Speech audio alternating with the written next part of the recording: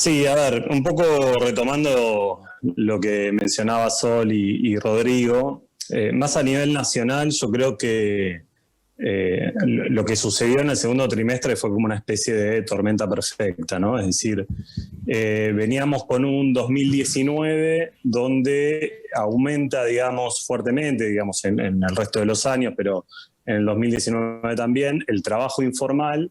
Y además empieza a aumentar el trabajo no asalariado, es decir, lo que se conoce comúnmente como el trabajo independiente, versus el trabajo asalariado, ¿no? Baja el asalariado, aumenta el trabajo independiente.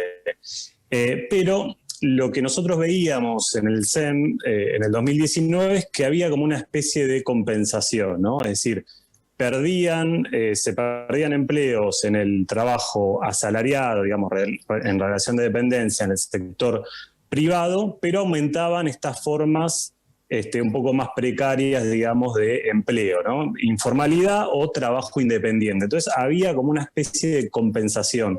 De hecho, si uno ve la última tasa de desocupación del cuarto trimestre de 2019, con respecto al 2018, hay inclusive una baja de la tasa de desocupación. ¿Qué pasa en el primer trimestre y como traslado de la dinámica del 2019? Recordemos que el 2019, el segundo semestre, fue el más conflictivo. Después de las elecciones, digamos, empieza cierta inestabilidad económica, financiera, y eso empieza a repercutir sobre todo en el primer trimestre de este año en el mercado de empleo. Ahí lo que vemos es que hay una contracción muy fuerte del mercado de trabajo, es decir, ya no hay compensación, sino que bajan todas las categorías ocupacionales, asalariados y no asalariados, pero con mucha más fuerza trabajadores independientes, sobre todo el famoso cuentapropista, ¿no? Por eso digo que así llegamos, digamos, a el segundo trimestre y al inicio de la pandemia y la cuarentena. Es decir, el macrismo propició ciertos cambios en la estructura del mercado de trabajo y de la población ocupada, es en donde después la pandemia pegó más de lleno, digamos, ¿no? Como decía Rodrigo y Sol, en informales, sobre todo en asalariados informales, es decir, personas que están en relación de dependencia pero que están informales, ahí la caída es tremenda, y en segundo término el cuentapropismo dentro de los no asalariados. Así que, bueno, se perdieron 2.5 millones de puestos de trabajo, o sea, digamos, una reducción de la población ocupada. Digo, porque a veces hablamos de tasas, ¿no? Y en esto de humanizar un poco, estamos hablando de una pérdida de 2,5 millones de lo que comprende los 31 aglomerados de la EPH. Si uno lo traslada a la población total de la Argentina, estamos hablando de 4 millones de ocupados menos entre el primer y segundo trimestre, ¿no? Impresionante. Como vos decías, esto no pega igual en todas las regiones. Claramente el NEA y el NOA son las regiones más afectadas. El GBA en general tiene tendencias similares a la nación. Pasa que el GBA, como lo toma el INDEC, suma Ciudad de Buenos Aires y los 24 partidos del conurbano. Ahora, cuando uno se mete ahí adentro, empiezan a aflorar algunas diferencias, ¿no? Importantes. ¿Cuáles? Por ejemplo, tasa de desocupación en la ciudad está en 11 puntos y en cambio en el conurbano 13.8, es decir, casi hay 3 puntos de diferencia de desocupación, digamos, ¿no? Después la caída de la actividad fue mucho más importante en el conurbano que en la ciudad de Buenos Aires. La tasa de empleo, lo mismo, es decir, se perdieron más puestos de trabajo en términos relativos en el conurbano que en la ciudad de Buenos Aires, ¿no? Ahí hay claras diferencias. ¿Por qué? Bueno, un poco por lo que venimos diciendo, seguramente por la estructura del mercado de trabajo en el conurbano, donde hay más trabajo informal, donde hay más trabajo independiente o cuenta propista, ahí es donde la pandemia, donde el Estado tuvo menos mecanismos de protección social y en donde la pandemia claramente pegó más duro. Después uno podría pensar en otras razones. En la ciudad de Buenos Aires, por el tipo de actividades económicas que tienen, están más preparadas para el teletrabajo, ¿sí? Hay más potencial de teletrabajo que en el conurbano. Por ahí otra razón es que hay muchas personas del conurbano que trabajan en la ciudad de Buenos Aires. El 50% de los puestos, de los empleos en la ciudad de Buenos Aires, el 50% es ocupado por gente que reside en el conurbano, ¿sí? Entonces, muchas personas con la cuarentena y con el ASPO, sobre todo, digamos, en la movilidad interjurisdiccional, se vieron imposibilitadas de realizar trabajo, ¿no? No sé, un albañil, por ejemplo, que vive en el conurbano, que tenía algún puesto de trabajo, algunos servicios que brindaba la ciudad, bueno, se le hacía muy difícil esa movilidad interjurisdiccional, porque ahí hubo muchos controles durante mucho tiempo, ¿no? Si bien dentro de la ciudad fueron aflojando. Entonces, esas son algunas de las razones que muestran algún desempeño distinto de los indicadores laborales en conurbano y en Ciudad de Buenos Aires. ¿Cómo podemos evaluar la acción del Estado en este tiempo? Porque obviamente los resultados no son fantásticos. Uno tiene que balancearlo en función de las condiciones en las cuales se generan los asuntos, y me interesaría hacer un poco ese balance con cierta distancia, para no decir se resolvió todo ni no se resolvió nada. Darío, ¿cómo podemos balancear la acción del Estado con semejante volumen de subsidios dados durante el 2020? Más o menos, ¿en qué situación nos encontraríamos si no se hubiera hecho eso? ¿Qué cosas se podrían mejorar? ¿Qué balance haces?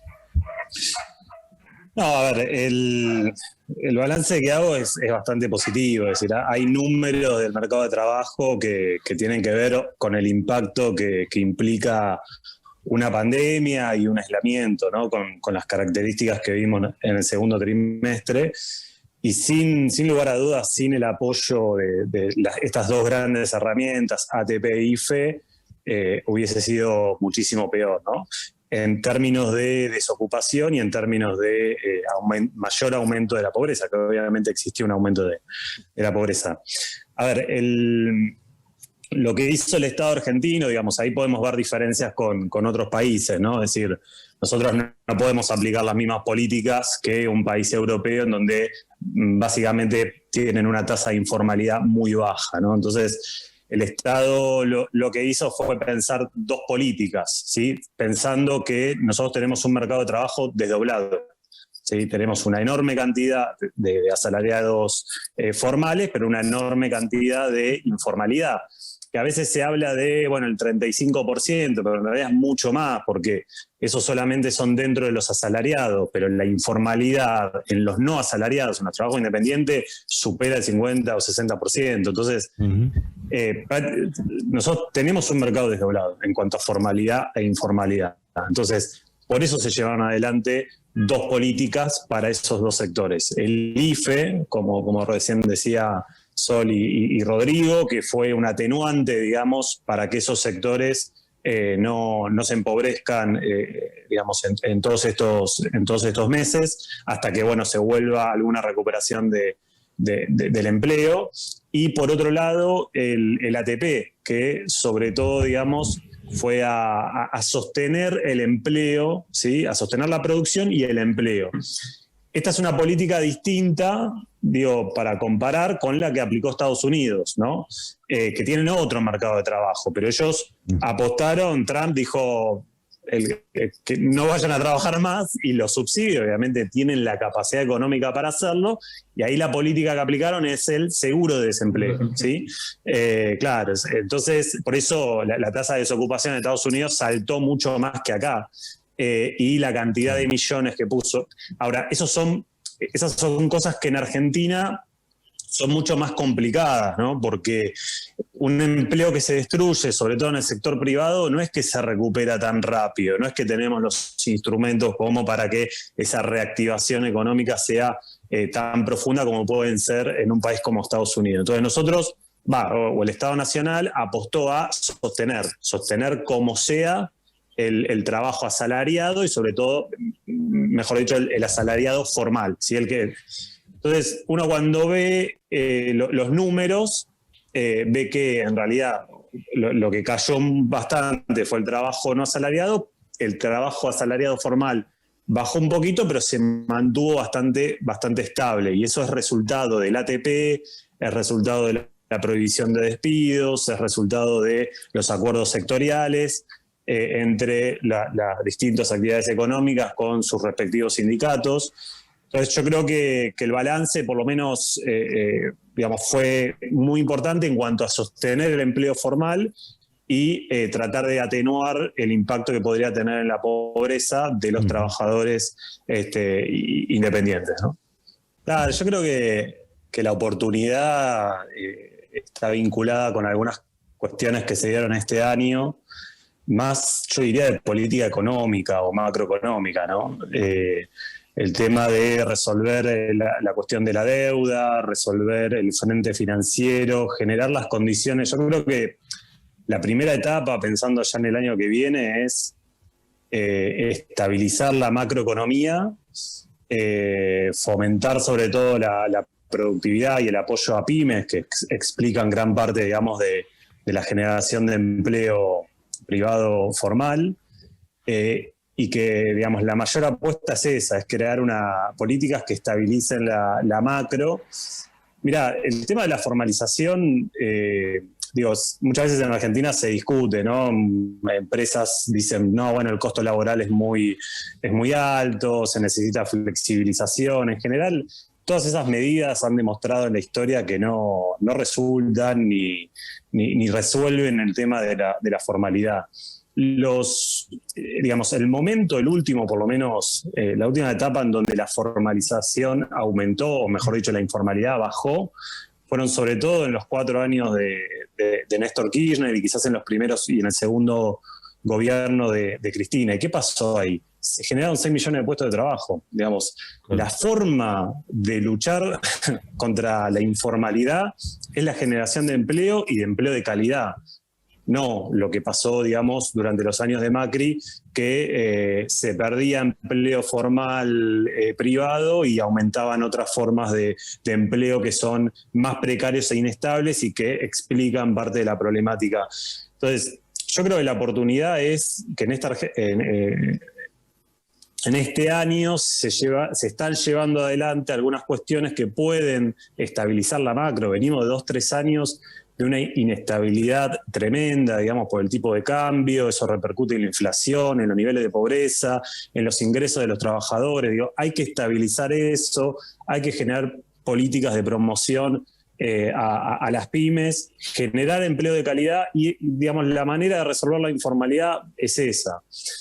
Después yo creo que en una segunda etapa, pensando ya por ahí en un segundo trimestre del año que viene o tercer trimestre, es plantear políticas que estén quizás más dirigidas o orientadas a ciertos sectores de la sociedad, ¿no? Hoy acabamos de hablar del tema de los jóvenes. Bueno, evidentemente, yo ahí tenía el dato, jóvenes de 18 a 24 años hoy casi tienen un 35% de desocupación, ¿no? Cuando la desocupación es el 13%. Entonces, triplica, digamos, ahí hay un problema. Encima, son jóvenes que por ahí no tienen experiencia laboral, no han tenido una primera experiencia, el 30% no terminó la secundaria y eso les pone alguna dificultad más.